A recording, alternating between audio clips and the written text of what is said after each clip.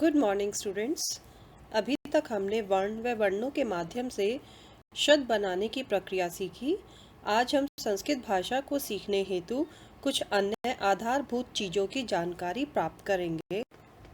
बच्चों, किसी भी भाषा को सीखने में उसके सरल वाक्यों की समझ काफ़ी मददगार होती है, या यूँ कहें कि सरल वाक्यों के माध्यम से हम किसी भी भाषा को आसानी से सीख सकते हैं। जैसा कि आप इंग्लिश ग्रामर और हिंदी व्याकरण में पढ़ भी चुके हैं कि एक सरल वाक्य है अर्थात सिंपल से सेंटेंस में एक सब्जेक्ट अर्थात उद्देश्य और प्रेडिकेट अर्थात विधेय होता है। सब्जेक्ट अर्थात उद्देश्य वह होता है जिसके बारे में बात हो रही है, तथा उसके बारे में हम जो भी बात कर रहे हैं वह प्रेडिकेट अर्थात विधेय कहलाता है। उदाहरण स्वरूप आप इन 3 वाक्यों के माध्यम से आसानी से समझ सकते हैं कि इन तीनों वाक्यों में राम जाता है, वह खेल रही है और मैं पढ़ता हूँ। इन तीनों में राम, वह और मैं उद्देश्य है, क्योंकि हम बात किसके विषय में कर रहे हैं? राम के विषय में, या वह और मैं। और बाकी के शब्द जाता है, खेल रही है और पढ़ता हूँ, ये सारे शब्द जो हैं वो विधेय के अंतर्गत आएंगे। या दूसरे शब्दों में अगर बात की जाए तो प्रत्येक वाक्य में एक कर्ता यानी डूअर होता है जो कि काम को करता है। अब इनमें राम, वह और मैं करता है। अब कर्ता कुछ भी हो सकता है, वह संज्ञा शब्द भी हो सकता है और सर्वनाम शब्द भी हो सकता है। जैसा इन 3 वाक्यों में राम जो है वो संज्ञा शब्द है तथा वह और मैं सर्वनाम शब्द है। इसके साथ ही साथ प्रत्येक वाक्य में एक क्रिया भी होती है। अब इनमें भी क्रिया दर्शाई गई है, जैसे जाता है, खेल रही है और पढ़ता हूँ, ये क्रिया कहलाएंगे, यानी ये शब्द जो है वो क्रिया हैं। इसी प्रकार संस्कृत में भी सरल वाक्य बनाने के लिए हम किस प्रकार कर्ता और क्रिया का प्रयोग करते हैं, उनका उपयोग कैसे किया जाता है, ये हम आगे की स्लाइड्स में सीखेंगे। आइए अब हम उसे समझने का प्रयास करते हैं। संस्कृत में भी अन्य भाषाओं की भांति कर्ता का प्रयोग होता है। अब कर्ता में संज्ञा शब्द या सर्वनाम शब्द किसी का भी प्रयोग हो सकता है। संज्ञा शब्द अर्थात किसी भी व्यक्ति, वस्तु, स्थान आदि का नाम। हमने पिछली कक्षा में भी कुछ शब्द सीखे थे, जैसे कृषकः। कृषकः का अर्थ होता है किसान। कलिका अर्थात कली। क्रीडनकम जिसका अर्थ होता है खिलौना, या चटका जिसका अर्थ होता है चिड़िया। अब ये सारे के सारे शब्द जो हैं वो संज्ञा शब्दों के अंतर्गत ही आते हैं। अब इसी प्रकार संज्ञा के स्थान पर प्रयोग किए जाने वाले शब्दों को हम सर्वनाम शब्द कहते हैं। अब संस्कृत में प्रयोग किए जाने वाले कुछ प्रमुख सर्वनाम शब्द इस प्रकार हैं, जैसे तत्। तत् का अर्थ होता है वह, और इसका इस्तेमाल हम दूर की वस्तु के लिए करते हैं। एतत् और इदम, इन दोनों का अर्थ होता है यह, और एतत् और इदम का प्रयोग हम पास की वस्तु के लिए करते हैं। इसी प्रकार युष्मत् अर्थात तुम, इनका प्रयोग हम सामने वाले से बात करने के लिए करते हैं। इसके अंतर्गत कुछ शब्द आते हैं, जैसे त्वम, युवाम, यूयम। इसी प्रकार अस्मद् अर्थात मैं, इनमें स्वयं के लिए प्रयोग किए जाने वाले शब्द आते हैं, जैसे अहम, आवाम और वयम। अब संस्कृत में युष्मद्, अस्मद्, तत्, एतत् इनके शब्द रूप चलते हैं, यानी जितने भी संज्ञा शब्द और सर्वनाम शब्द होते हैं उनके शब्द रूप बनाए जाते हैं, जिसे हम आगे सीखेंगे आगे की कक्षा में, यानी जब हमारा पाठ शुरू हो जाएगा उसके उपरांत हम शुरू करेंगे। इसी प्रकार एक और सर्वनाम शब्द है किम। किम का अर्थ होता है क्या। अब आइए इन सर्वनाम शब्दों का हम थोड़ा विस्तार से तालिका के माध्यम से सीखते हैं कि इनका प्रयोग हम एक वचन, द्विवचन, बहुवचन में और लिंग के अनुसार कैसे करते हैं। अब हिंदी भाषा में स्त्रीलिंग व पुल्लिंग के लिए एक ही सर्वनाम शब्द होता है, जैसे लड़का व लड़की, दोनों के लिए हम या तो हम यह का इस्तेमाल करेंगे या फिर हम वह का प्रयोग करेंगे। लेकिन संस्कृत में क्योंकि हमने बताया था कि 3 लिंग होते हैं और 3 वचन होते हैं, तो संस्कृत में इन लिंग और वचन के अनुसार ही हम शब्दों का प्रयोग करेंगे। जैसे अगर पुल्लिंग शब्द है और उसका अगर हम एक वचन में प्रयोग कर रहे हैं तो उसके लिए इस्तेमाल होगा सह। सह का अर्थ होता है वह, और सह का प्रयोग हम पुल्लिंग शब्दों के लिए करेंगे। स्त्रीलिंग शब्दों के लिए हम करेंगे सा, और नपुंसकलिंग शब्दों के लिए हम करेंगे तत्। तो सह, सा और तत्, ये तीनों जो शब्द हैं ये एक वचन के लिए प्रयोग होते हैं। इसी प्रकार द्विवचन के लिए, द्विवचन में अगर हम पुल्लिंग शब्द का इस्तेमाल कर रहे हैं तो पुल्लिंग के लिए होगा तौ, स्त्रीलिंग के लिए होगा ते, और नपुंसकलिंग के लिए भी होगा ते। तो तौ, ते, ते, ये तीनों लिंग के अनुसार और द्विवचन के अनुसार प्रयोग होंगे। यानी अगर एक वचन का शब्द है तो एक वचन का ही आएगा, अगर द्विवचन का है तो द्विवचन का। और इसी प्रकार बहुवचन है तो बहुवचन में अगर हम पुल्लिंग शब्द कर रहे हैं तो पुल्लिंग के लिए आएगा ते, स्त्रीलिंग के लिए आएगा ताहा, और नपुंसकलिंग के लिए आएगा तानी। ठीक है, तो ये जो सारे के सारे शब्द हैं, इन शब्दों का प्रयोग हम किसी तीसरे व्यक्ति के लिए कर रहे हैं। यह वह का हम प्रयोग कब करते हैं? जब हम किसी थर्ड पर्सन यानी तीसरे व्यक्ति से बात करने के लिए करते हैं। तो संस्कृत में सिर्फ जब हम तीसरे व्यक्ति से बात करने के लिए हम जिन शब्दों का प्रयोग करते हैं उनमें तो हम स्त्रीलिंग, पुल्लिंग और नपुंसकलिंग के आधार पर हम शब्दों का प्रयोग करते हैं। लेकिन जब हम स्वयं के लिए या सामने वाले से बात करने के लिए शब्दों का प्रयोग करते हैं तो उनमें हम स्त्रीलिंग, पुल्लिंग और नपुंसकलिंग नहीं देखते हैं, उसमें एक एक शब्द का ही इस्तेमाल होता है। जैसे कि अगर हम सामने वाले से बात करने के लिए प्रयोग कर रहे हैं, जैसे तो मैंने अभी बताया था युष्मत्, युष्मत् के अंतर्गत त्वम, युवाम और यूयम आते हैं।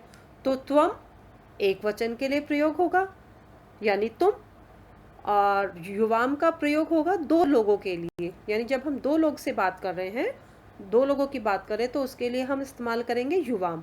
और इसी प्रकार जब हम बहुत सारे लोगों की बात कर रहे हैं, बहुत सारे लोगों से बात करें तो उसके लिए प्रयोग होगा यूयम। यूयम का अर्थ होता है तुम सब। इसी प्रकार जब हम स्वयं के लिए बात करते हैं, स्वयं को संबोधित करते हैं, तो मैं के लिए हम इस्तेमाल करेंगे अहम, हम दो के लिए हम प्रयोग करेंगे आवाम, और हम सब के लिए हम किस शब्द का इस्तेमाल करेंगे? वयम। तो संस्कृत में लिंग व वचन के अनुसार ही हम शब्दों का प्रयोग करते हैं, यानी 3 लिंग और 3 वचन। इसी प्रकार संस्कृत में भी कर्ता के साथ साथ में क्रिया का भी प्रयोग होता है। अब हम आगे क्रिया के विषय में जानेंगे। क्रिया अर्थात किसी भी कार्य के करने या होने का बोध कराने वाले शब्दों को क्रिया कहा जाता है, जैसे पढ़ना, लिखना, हंसना आदि। संस्कृत में इन क्रियाओं को हम धातु कहते हैं, और जब इनका प्रयोग हम लिंग, वचन व काल के अनुसार करते हैं तो इनके विभिन्न प्रयोगों को धातु रूप कहा जाता है। उदाहरण स्वरूप हंस का अर्थ होता है हंसना, जो कि एक मूल धातु है, लेकिन जब हम इसका प्रयोग वचनानुसार करेंगे तो यह प्रयोग धातु रूप कहलाएगा। जैसे एक वचन में हंस का हो जाएगा हस्ती, अर्थात हंसता है, यानी एक व्यक्ति के लिए प्रयोग किया गया है। इसी प्रकार द्विवचन में इसका रूप होगा हस्त है, यानी दो लोग हंसते हैं या दोनों हंसते हैं। तथा बहुवचन का रूप होगा हसंती, यानी सब हंसते हैं। तो हस्ती, हस्त है, हसंती, ये धातु रूप हो गया। इसी प्रकार अन्य धातु देखते हैं, जैसे पठ का अर्थ होता है पढ़ना, लेकिन पठ का जब हम इस्तेमाल एक वचन में करेंगे तो इसका रूप बन जाएगा पठती, अर्थात एक पढ़ता है। द्विवचन में इसका रूप बनेगा पठतः, अर्थात दो लोग पढ़ते हैं, और बहुवचन में हो जाएगा पठंती, यानी सब पढ़ते हैं। इसी प्रकार वद, वद का अर्थ होता है बोलना, वदती एक बोलता है, वदतः दो लोगों के लिए इस्तेमाल किया जाता है, और वदंती बहुवचन के लिए इस्तेमाल किया जाता है। तो इस प्रकार के प्रयोग को हम धातु रूप कहते हैं।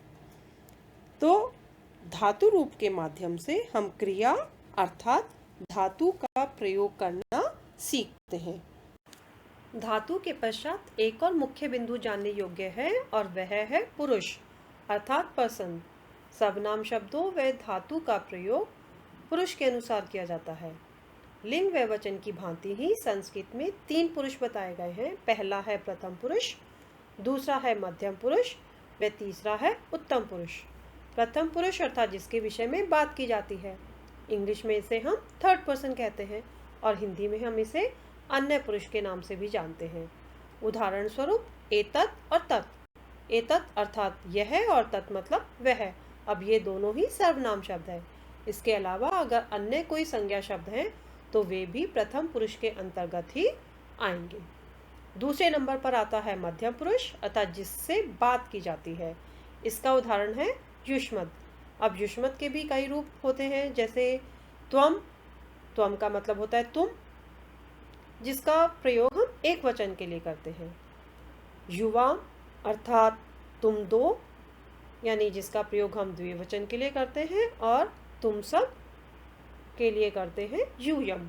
तो ये त्वम, युवाम और यूयम युष्मद् के ही रूप हैं। तीसरे नंबर पर आता है उत्तम पुरुष अर्थात जिससे बात की जा रही है। अस्मद् इसका उदाहरण है, और अस्मद् अर्थात हम। युष्मद् की भांति ही अस्मद् के भी कई रूप होते हैं, जैसे अहम।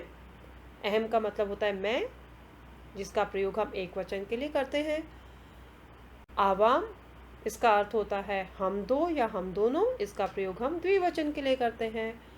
और बहुवचन के लिए हम बोलते हैं वयम अर्थात हम सब। अब ये सारे के सारे जितने भी सर्वनाम शब्द जो हमने पुरुषों के माध्यम से अभी हमने सीखे, वो हम सर्वनाम शब्दों में भी सीख चुके हैं। तो इस प्रकार तीनों पुरुषों के अनुसार हम संज्ञा या सर्वनाम शब्द व धातु रूपों का प्रयोग करते हैं। तो आइए आज इंट्रोड्यूस किए गए तीनों नए कॉन्सेप्ट, मतलब कर्ता जिसमें संज्ञा या सर्वनाम, क्रिया अर्थात धातु रूप और पुरुष अर्थात पर्सन, इनका प्रयोग करते हुए संस्कृत के सरल वाक्यों के उदाहरण देखते हैं। सबसे पहले हम लेते हैं प्रथम पुरुष। प्रथम पुरुष एक वचन का उदाहरण है सह पठति। सह मतलब वह और पठति मतलब पढ़ता है, अर्थात वाक्य बना हमारा वह पढ़ता है। इसी का द्विवचन रूप है तौ पठतः। तौ मतलब वे दोनों और पठतः मतलब पढ़ते हैं, तो वाक्य बना वे दोनों पढ़ते हैं। इसी का बहुवचन रूप है ते पठन्ति। ते अर्थात वे सब और पठन्ति मतलब पढ़ते हैं, तो वाक्य बना वे सब पढ़ते हैं। दूसरे नंबर पर आता है मध्यम पुरुष। मध्यम पुरुष एक वचन का उदाहरण है त्वम पठसि। त्वम मतलब तुम और पठसि मतलब पढ़ते हो। द्विवचन रूप है युवाम पठतः। युवाम मतलब तुम दोनों और पठतः मतलब पढ़ते हो, तो वाक्य बना तुम दोनों पढ़ते हो। मध्यम पुरुष बहुवचन का उदाहरण है यूयम पठत। यूयम मतलब तुम सब और पठत मतलब पढ़ते हो, तो वाक्य बना तुम सब पढ़ते हो। तीसरा पुरुष है उत्तम पुरुष। अब इसका एक वचन का उदाहरण है अहम पठामि, यानी मैं पढ़ता हूँ।